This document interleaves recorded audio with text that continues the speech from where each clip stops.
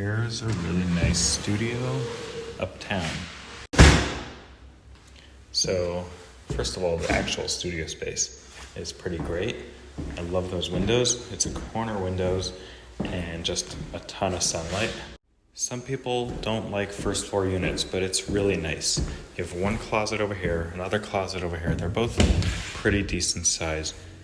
They put the dimmable lights over here by the entrance and the kitchen, even though they probably should have gone for the main space, but what can you do?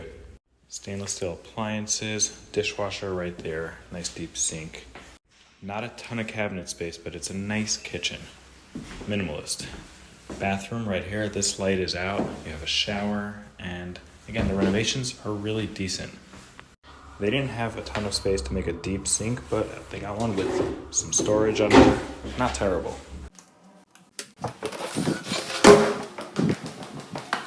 Now, this is weird. You've got a laundry room with 1, 2, 3 washers, a card machine, and that's it. No dryers. So I hope they fix that soon. The building does have an elevator, but this is a first floor unit. We don't really need that.